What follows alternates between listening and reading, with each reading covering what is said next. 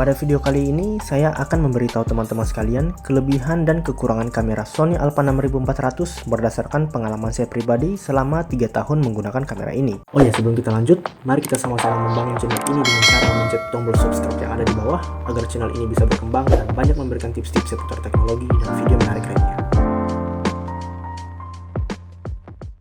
Untuk mempersingkat waktu, kita langsung saja pada pembahasannya. Apa saja sih yang dirasakan khususnya bagi saya yang sudah menggunakan kamera ini selama hampir 3 tahun. Sekedar informasi, kamera mirrorless Sony Alpha 6400 dirilis pada tahun 2019, dan kalau dilihat perusahaan Sony lebih dulu merilis kamera Sony Alpha 6500 yang diluncurkan pada tahun 2016 bersamaan dengan Sony Alpha 6300. Ya, mungkin ini hanya selisih berapa bulan atau bahkan dirilis secara bersamaan antara 6300 dan Alpha 6500. Untuk desain bodi kameranya, Sony Alpha 6400 masih tetap serupa dengan kamera seri Alpha 6000-an lainnya. Perbedaannya paling ada di bagian genggaman kameranya, dan saya pernah menggunakan seri Alpha 6000, 6300, 6500 dan termasuk kamera saya saat ini yaitu 6400, dan yang saya rasakan ketika menggenggam kamera ini tidak adanya perbedaan yang begitu signifikan jika dibandingkan dengan seri Alpha 6000-an lainnya. Ya, kembali lagi karena masih satu tipe sih, jadi secara penampilan sekilas terlihat sama.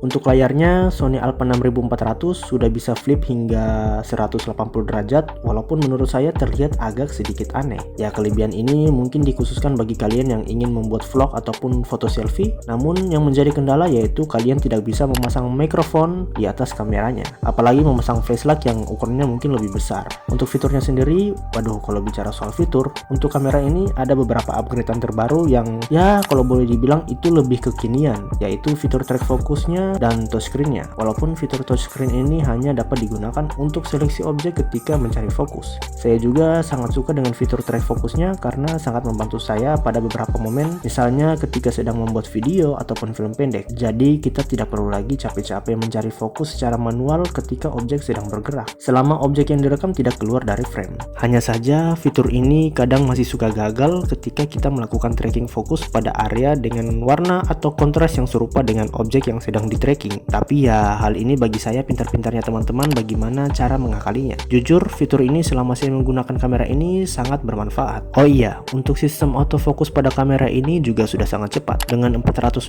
titik AF dan bisa mengunci objek dengan kecepatan hingga 0,02 detik saja. Walaupun selama saya menggunakan kamera ini saya tidak pernah menghitung kecepatan autofokusnya.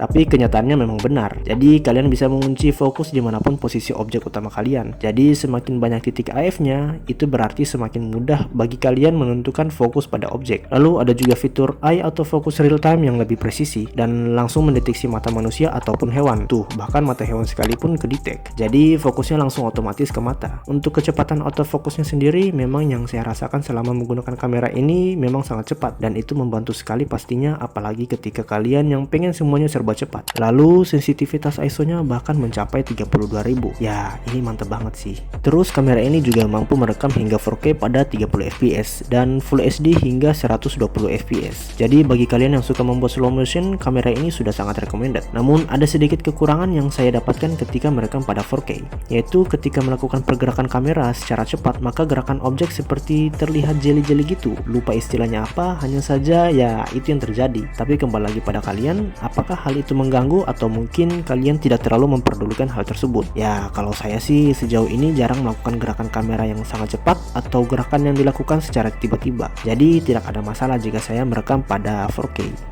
Selain itu, picture profile kamera ini juga sudah ada S-Log, S-Log 2, S-Log 3, Cine 4 dan lain sebagainya. Itu diperuntukkan buat kalian agar lebih mudah dalam melakukan color grading.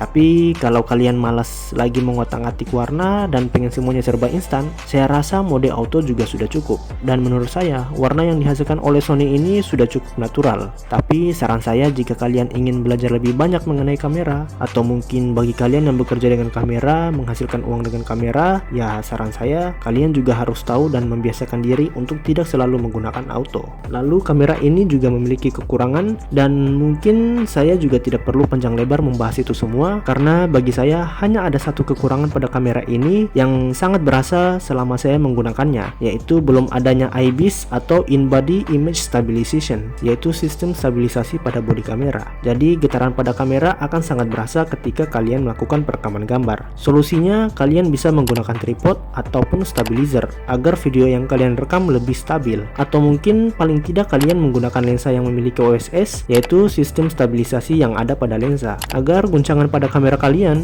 itu sedikit berkurang. Mungkin masih ada hal lainnya yang belum sempat saya sebutkan, namun semua poin yang saya sebutkan tadi itu berdasarkan pengalaman saya pribadi, baik itu untuk foto, membuat konten, ataupun membuat film pendek. Dan saya rasa kamera ini juga sudah cukup bagi saya untuk melakukan itu semua. Cukup sekian video kali ini, jangan lupa subscribe bagi kalian yang belum subscribe. Saya Farid, sampai ketemu pada video-video berikutnya.